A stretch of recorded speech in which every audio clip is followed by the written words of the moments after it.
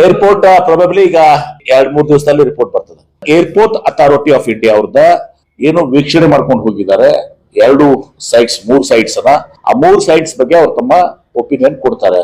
ಆ ಒಪಿನಿಯನ್ ಕೊಟ್ಟ ಮೇಲೆ ನಾವು ಒಂದು ಎಕ್ಸ್ಪರ್ಟ್ ಕಮಿಟಿಯನ್ನ, ಕನ್ಸಲ್ಟೆನ್ಸಿಯನ್ನ, ಯಾವ ರೀತಿ ಜೇವರ್ ಏರ್ಪೋರ್ಟ್ ಆಯ್ತು ನೋಯ್ಡಾದಲ್ಲಿ ಇತ್ತೀಚೆಗೆ ಆಗಿರುವಂತದ್ದು, ನವಿ ಮುಂಬೈ ಏರ್ಪೋರ್ಟ್ ಮುಂಬೈಲ್ ಆಗಿದೆ, ಆ ಕನ್ಸಲ್ಟೆಂಟ್ಸ್ ವಯಬಿಲಿಟಿ ಸ್ಟಡೀಸ್ ಅನ್ನ, ಫಿಸಿಬಿಲಿಟಿ ಸ್ಟಡೀಸ್ ಅನ್ನ ಡಿಟೇಲ್ಡ್ ಇದು ಮಾಡ್ಲಿಕ್ಕೆ ಆ ಒಂದು 2 ಸಂಸ್ಥೆಗಳನ್ನ ನಾವು ಸ್ವಲ್ಪ ಗಮನದಲ್ಲಿ ಇಟ್ಕೊಂಡಿದೀವಿ. ಅವ್ರನ್ನ ಕರೆಸಿ ಅವರಲ್ಲಿ ಯಾರು ಹೆಚ್ಚಿಗೆ ಒಂದು ಎಕ್ಸ್ಪೀರಿಯನ್ಸ್ ಇದೆ ಅದನ್ನೆಲ್ಲ ಒಂದ್ ಕಡೆ ಪರಿಗಣಿಸಿ ಅವ್ರಿಗೆ ಅದನ್ನ ಕೊಡ್ತೀವಿ. ಕೇವಲ ಸ್ಥಳ ತೋರಿಸಿದ್ರೆ ಅದು ಅಂತ್ಯ ಆಗೋದಲ್ಲ. ನಾವೆಲ್ಲೋ ಕಡೆ ಒಂದು 5,000 ಎಕರೆ ನಾವು ಕೊಡ್ಬೋದು, ತೋರಿಸಬಹುದು. ಏರ್ಪೋರ್ಟ್ ಮಾಡಂತವ್ರು ಇರ್ತಾರೆ, ಈಗ ಬಾಯಲ್ ಇರ್ಬೋದು, ಅಂಬಾನಿ ಇರ್ಬೋದು, ಟಾಟಾಸ್ ಇರ್ಬೋದು, ಅದಾನಿ ಇರ್ಬೋದು, ಯಾರೇ ಇರ್ಬೋದು. ಅವ್ರು ಬಂದಲ್ಲಿ ಏರ್ಪೋರ್ಟ್ ಮಾಡ್ಬೇಕಂದ್ರೆ ಅವ್ರು ವಯಬಿಲಿಟಿ ನೋಡ್ತಾರೆ. ಸುಮ್ನೆ ನಾವು ಜಾಗ ಕೊಟ್ಟರೆ ಅವ್ರು ಏರ್ಪೋರ್ಟ್ ಮಾಡೋದಲ್ಲ.